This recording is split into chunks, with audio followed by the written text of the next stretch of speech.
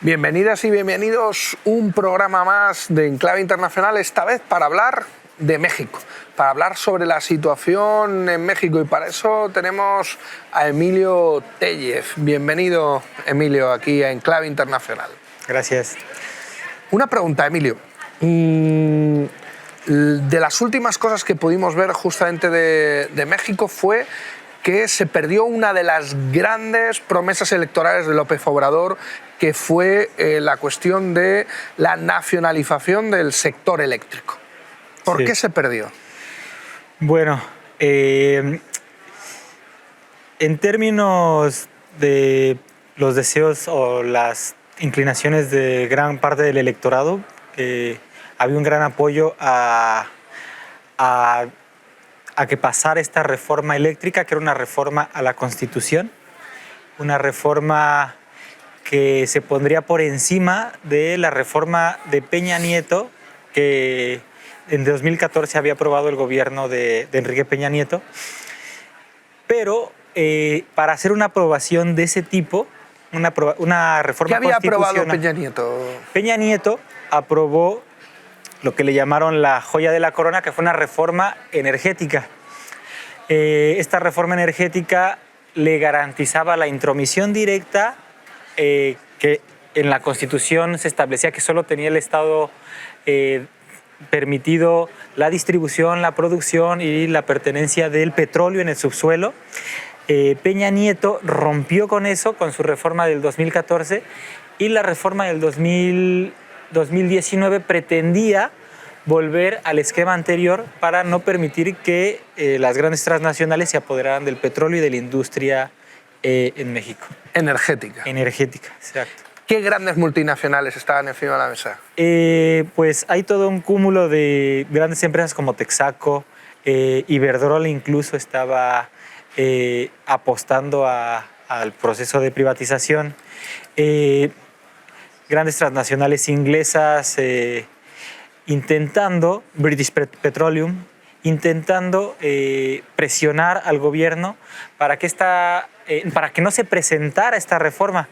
La reforma se presenta como un golpe de timón del gobierno, pero no se tienen las 3/4 partes en el Congreso para que pueda aprobarse. Se tenía la mayoría, ¿no? Pero no es suficiente. Entonces la reforma energética, que digamos tenía un cuadro, no nada más del petróleo, tenía un cuadro más amplio que tenía que ver también con la industria eléctrica, ampliaba derechos también de los usuarios de la República en su acceso, ya que se iba a posicionar la energía eléctrica como un derecho humano en la Constitución, ¿no? Porque tú formas parte de la CONUR, que la CONUR es... La CONUR es una organización que en principio se concentra en el centro del país, pero que ha coordinado a grupos, organizaciones de masas que pelean por el mismo objetivo en defensa de los usuarios de energía eléctrica que tienen adeudos por los excesivos cobros de luz causados por la privatización de los sexenios recientes. Con lo cual, la CONUR, que es la coordinadora de organizaciones en resistencia, ¿no? De usuarios. De usuarios en resistencia. En resistencia, tiene mucho que ver también con esa reforma de Peña Nieto del 2014, ¿no? Sí, finalmente era un intento por cerrar un ciclo de resistencias que había iniciado con un gran golpe que dio en 2009 el presidente Felipe Calderón, el que militarizó al país, con la extinción de Luz y Fuerza del Centro, donde se encontraba el sindicato más combativo, el Sindicato Mexicano de Electricistas, que había impedido, a través de huelgas, de paros, la privatización del sector. Le da un golpe tremendo, y el avance legal con eso se da en 2014 y nace un movimiento de usuarios que resiste todo ese proceso, aunque la ley, digamos, es benéfica para las grandes transnacionales. La población empieza un proceso de organización a nivel nacional que ha resistido más de una década. O sea, creo que es muy importante ver justamente la presión extractivista que hay de los acuerdos neocoloniales comerciales que tiene tanto Estados Unidos, Canadá como Europa sobre México. ¿Cómo está esa situación? Porque ahora mismo se está negociando el acuerdo, la modernización del acuerdo Unión Europea-México. Tenemos en el 2023, no, pero al año que viene se van a cumplir 20 años del NAFTA, ¿no? Del Acuerdo Comercial de América del Norte. ¿Cómo está ahora mismo la resistencia contra los acuerdos comerciales en México? Sí, digamos, la resistencia contra esos acuerdos en realidad no tiene un proceso de ofensiva, podríamos decir oficialista, de parte del gobierno hacia las nuevas propuestas. Hay una suerte de duda o de aplazamiento de la renovación de esos acuerdos, pero los acuerdos vienen funcionando de manera normal.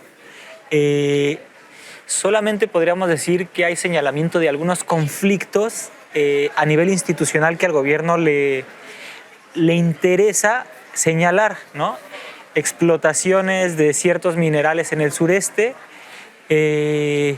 o las denuncias que se hacían en particular a Iberdrola por todo el lobby que usó para manipular, digamos, el voto, o ciertas acciones legales, ya que ha habido una lluvia de acciones legales en contra de las reformas de recuperación.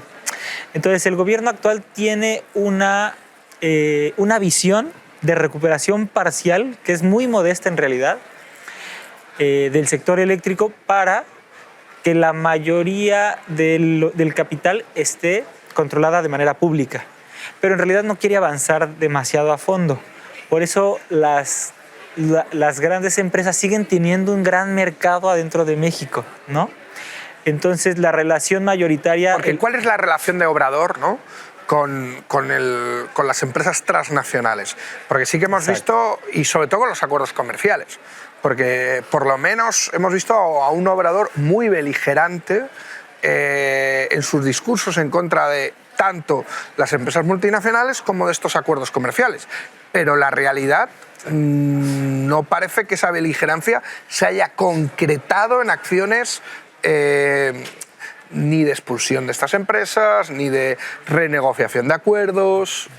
Sí, no podemos negar que hay una tensión, pero que no es una tensión por un proceso de expropiación o de una situación más a la ofensiva de López Obrador, y que esta lucha se está dirimiendo sobre todo en una narrativa. Es muy claro que el discurso de Obrador de que el neoliberalismo acabó es supuestamente demostrado por ciertas golpes, como las denuncias concretas a mineras, dar ciertos nombres de empresas, pero la estructura no se modifica de fondo.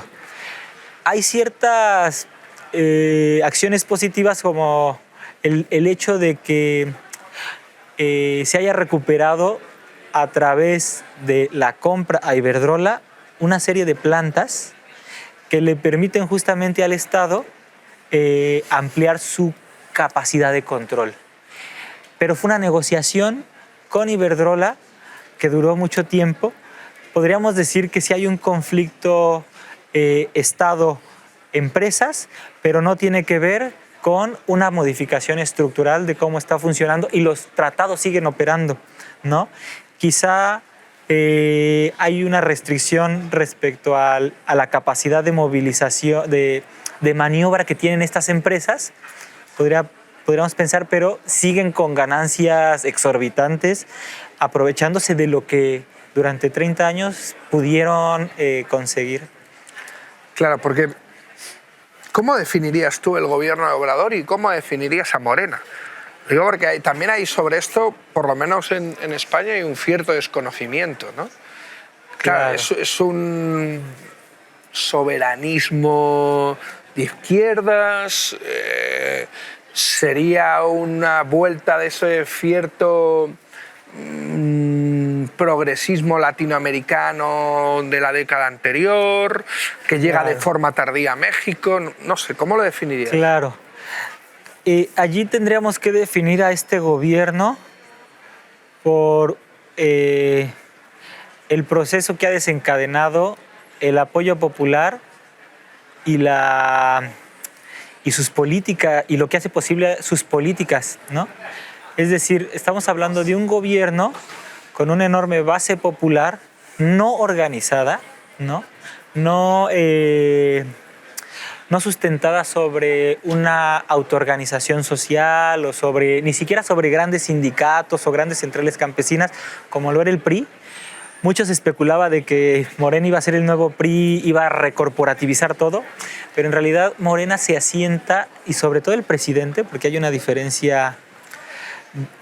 Sí, está vinculado el partido a la figura del presidente, pero quien lleva el mando y el movimiento es el presidente, con este tipo de relación de una inmensa población dispersa, votante sobre todo, sí movilizada en ciertos momentos, pero que en términos de su definición, tanto respecto del neoliberalismo como del sistema, podríamos decir que es un progresismo, ¿no? En el sentido en el que lo conocemos en América Latina, que está gestionando un proceso de transformación del régimen político, más no económico. Es decir, está llevando un proceso lento de modificación de los pesos históricos en el país, de donde, por ejemplo, del peso que tenía la Suprema Corte de Justicia, del peso que históricamente ha tenido el Senado, del peso que tiene el ejército, pero sobre todo de lo que significa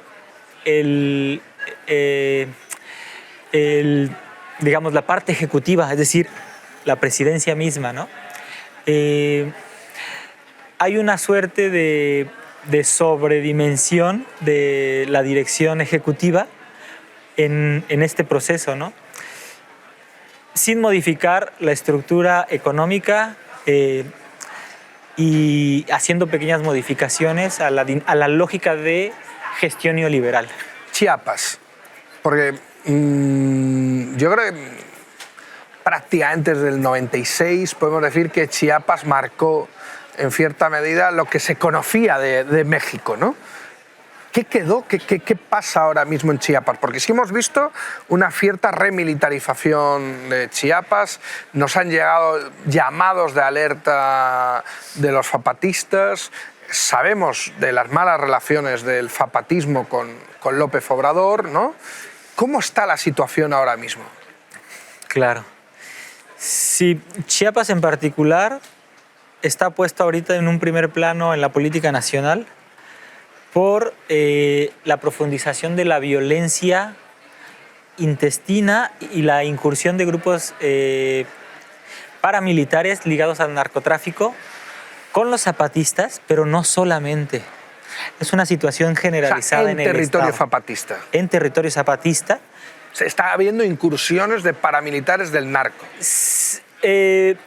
Más bien son conflictos que los zapatistas ya denunciaban desde antes. Son nombres de organizaciones que los zapatistas ya denunciaban como operadores para cercarlos, para defender territorio. Pero la violencia va más allá del territorio zapatista. O sea, que, ¿no?, está habiendo enfrentamientos armados en territorio zapatista, entre el zapatismo y el narco, ¿no? Sí, los zapatistas dicen que son grupos paramilitares. La vinculación con el narco, entiendo que los zapatistas no la hacen en específico al grupo de cafetaleros, como se denomina. No lo dicen en sus comunicados. Acusan al gobierno de una colusión a partir de la no acción que están teniendo. Y el tema del narco, en realidad, sería un fenómeno más generalizado en Chiapas. Más que en el caso preciso que denuncian los zapatistas, que realmente es preocupante porque ha habido muertos. En otras comunidades ha habido desplazados, de comunidades enteras desplazadas. En la frontera hay un problema con la trata de personas, la entrada de armas, y algunos medios independientes han descrito la situación como un proceso de descomposición al borde de la violencia civil interna, ¿no? La militarización, como un proceso que ha decidido continuar López Obrador en una alianza que votó con el PRI para tener a los militares hasta 2028, poniendo como límite 2028, que como va el proceso y la lógica de confrontación interna, no apunta a que se va a cumplir esta... Pero lo que muestra Chiapas, también Michoacán y Guerrero, es que la estrategia de militarización no está sirviendo, que los únicos lugares en el país donde el narcotráfico ha sido detenido de manera concreta y que ha sido exitoso ha sido mediante la autoorganización de comunidades con policías civiles, como fue el caso de la montaña de Guerrero.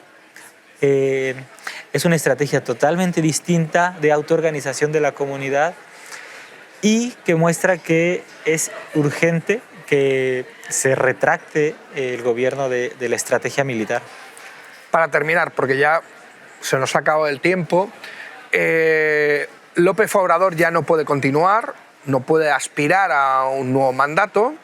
Parece que hay tensiones dentro de Morena justamente por el relevo de López Obrador. ¿Qué podemos esperar? ¿Qué podemos esperar? Porque, si no me equivoco, en el 2024, ¿no?, comienza el periodo electoral presidencial. Poco antes, sí. El proceso que se avecina va a ser pues muy posiblemente de una nueva victoria de Morena frente al mantenimiento que ha tenido el obradorismo de su base social, utilizando al Estado con los programas sociales y ampliándolos.